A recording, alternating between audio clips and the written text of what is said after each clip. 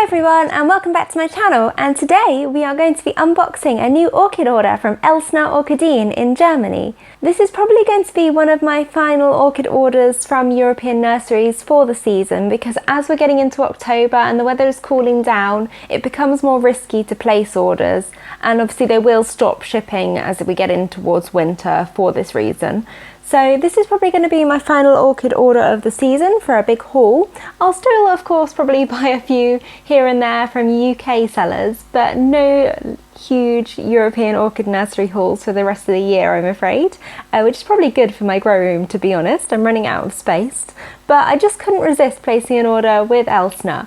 Now the reason for this is they had a few really interesting species that I really wanted to try. This is kind of how I build my orchid orders. I'll look around for different nurseries, and I do try at the moment to try new nurseries out as part of this series and to give you guys a bit of a better idea of what's out there, but also for me, because I really like trying new nurseries and seeing the variety and seeing the quality of orchids, and then I kind of know who to go back to in future. They had a few orchids that I really liked, and one in particular that really jumped out at me that I wanted to try. And this is kind of how I build my orchid orders. I'll look for one or two major ones that are on my wish list, and if they pop up from a nursery, I'll then go through their other orchids and look at what they've got and see if there's anything there that I've wanted to try for a while that I can add to the basket to kind of make shipping costs a bit more reasonable.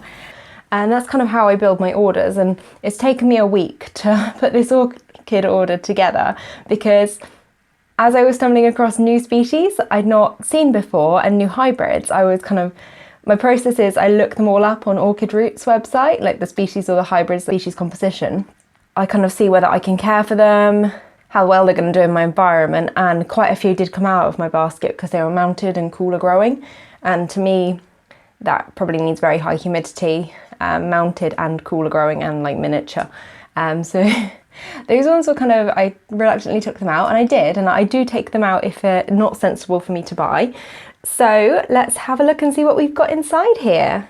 So I spent a week putting this order together and adding things into my basket and then taking them out again and then regretting it and thinking, can I really live without this? Am I going to regret it if I don't buy it? And then adding them back in again. So eventually Sunday night around 10 o'clock at night I placed the order, and I know this because me and my boyfriend went out for dinner, and then we were playing some Gears of War afterwards because it was just released and Sean wanted to play Gears of War, and we always have played the other series through together. So we were playing on it and I was getting distracted by the orchid order because I wanted to put it through, and he kept telling me off for being on my phone and looking at orchids. So I remember pretty much exactly when I ordered it, and then I got a notification Monday morning at 8:30 AM, like the next day, saying it had been dispatched, and we are now Wednesday and it's arrived. So pretty much 2-day turnaround from Germany. Schwerter was very similar actually, so it must be something about the German post system being very efficient, or I don't know. I was kind of amazed. I was like, have they got someone in their workshop on Sunday night just putting orchids together? But yeah, it's pretty impressive. And the shipping was not as much as some European nurseries. So a lot of German nurseries, it's like 25 euros shipping, and you can understand why if it's really that efficient, but this was 18 euros, so it's a little bit better. And this is my order invoice, and that's like all their details. It's their website. So I do like it when they include an invoice, because sometimes I do forget what I order. Not with this one though, because they were very special orchids. So quite nicely packaged. Obviously they've been really quickly dispatched, so we're very unlikely to have issues with them having been sat in packaging for too long. Oh, they're like tissue paper wrapped. I do feel like I've, you know when you go to those beauty counters or really expensive counters and you get something tissue paper wrapped, kind of feels like that.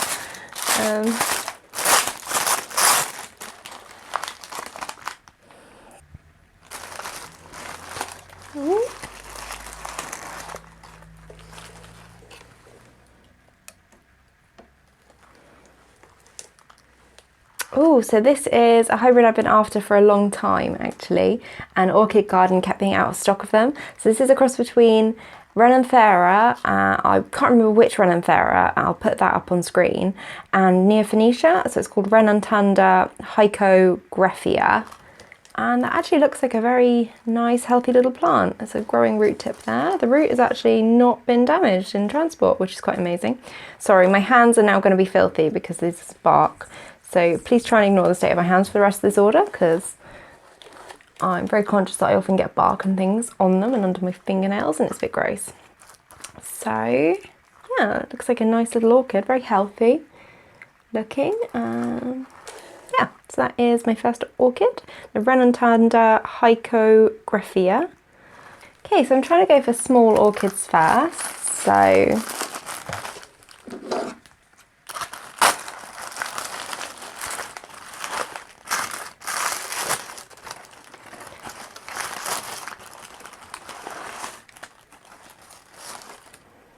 oh, so this one, it's a little miniature that I've wanted for a while, but again, it's just one of those that's never been like enough that I've needed to like make a specific order for it.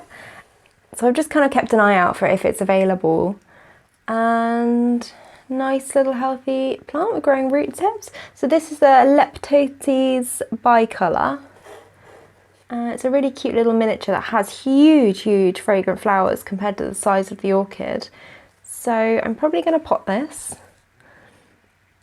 Doesn't look too, it's a little bit attached to the mount, but it doesn't look like anything I couldn't just break apart easily enough. So yeah, it's a really cute little, it almost looks succulent. I love this type of kind of succulent looking orchid. The leaves almost look like a brassivola type leaves, don't they? They're really cool. That is Leptotes bicolor.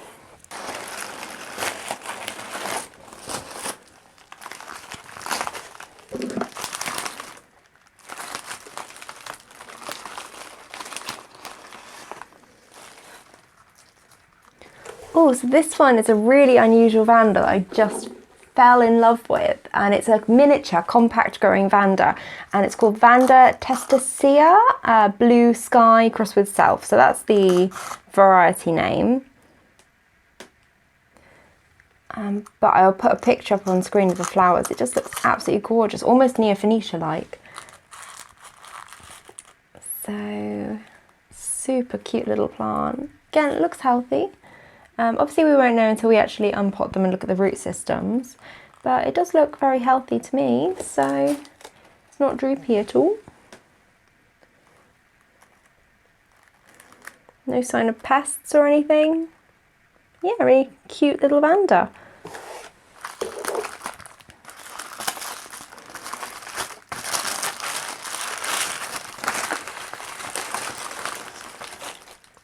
Oh, look at this little cutie. I didn't realise it was going to be this small. Oh my goodness. Look at this, guys. Oh. Okay, I just made a really funny sound, but that is so cute. Look at its fuzzy little roots.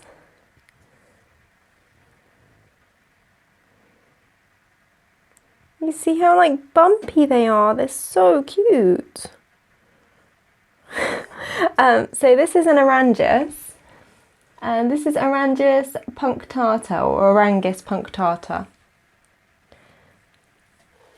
And isn't it adorable? Oh, I just love it.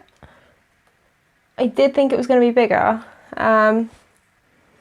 Pictures I've seen, I think they were growing a little bit larger than this. Maybe it is a miniature. I'm going to have to look into that more. Pictures can be very deceiving as with size.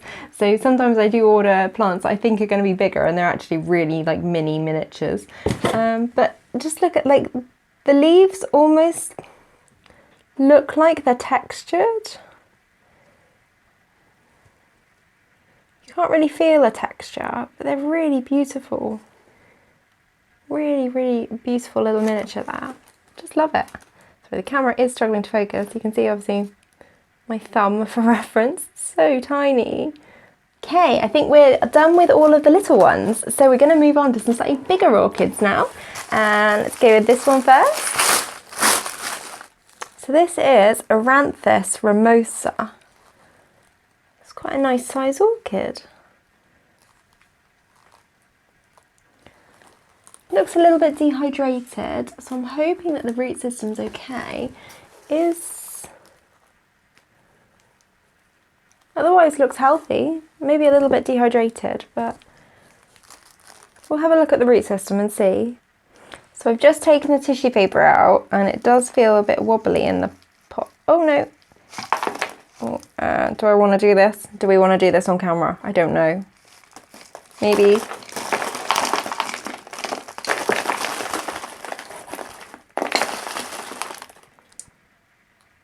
So it's got lots of fruits. I think it is probably just very dehydrated. So put that back in there and we will give it a soak, and I will think about repotting it in the next few days.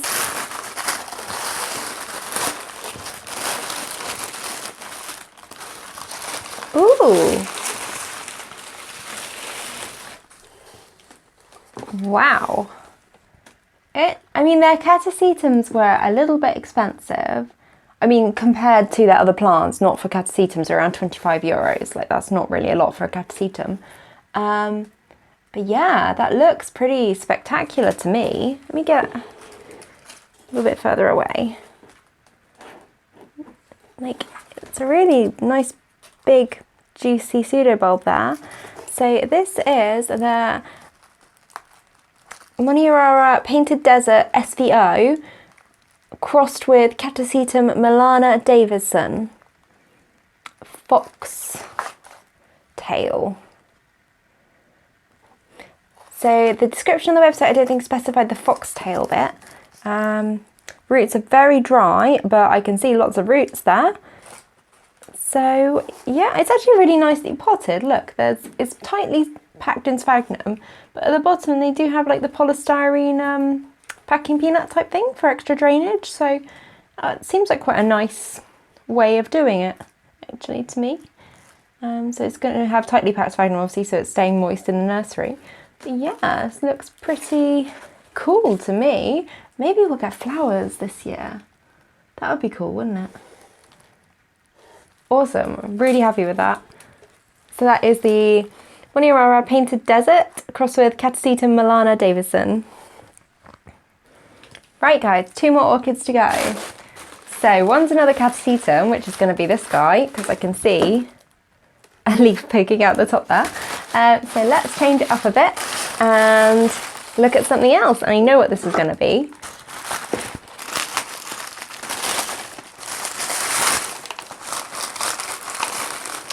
Ooh, this is quite cool. I said a year from flowering size on this, but it's quite a nice looking orchid. So this is Dendrobium Blue Twinkle crossed with Lasienthera Sepik Blue. And this is, oh, I can see a growing root tip. That makes me happy. Loads of roots actually. It's looking really, really good. Oh yeah, I just noticed these. Yeah, hello roots. There are loads of roots. So yeah, that one looks pretty awesome, doesn't it? So this is going to be the newest growth to have matured. Do we have any other new growths down there? Wonder. I can't see, and it's very tightly wedged in its pot. So this is my first antelope type or spatulata section Dendrobium. I don't have any at all. And I don't know why I don't, because they're warm to hot growers and they don't need a winter rest. So I'm really excited and they've got beautiful flowers, and I have heard that occasionally they can be fragrant, like a soft, sweet fragrance. So I'm excited to see whether this one is, and it's got beautiful, beautiful flowers, and the flowers are supposed to last for months on these. So yeah, hopefully this is the first of a few, maybe, of the antelope type Dendrobiums. But this new growth has not actually finished growing yet. Look, you can see the new leaf coming out. It's not finished yet, so it might get a little bit bigger even. Super cool. I'm really happy with that. Okay, you guys, and the last is a Catasetum. And I don't know how I've managed to leave this one to last, because this is actually one of my favourite orchids from the haul.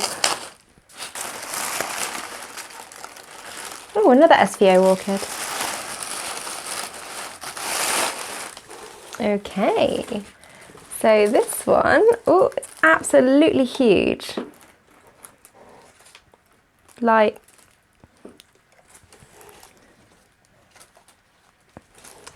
and like show you the length of my arm. I can't actually reach the end.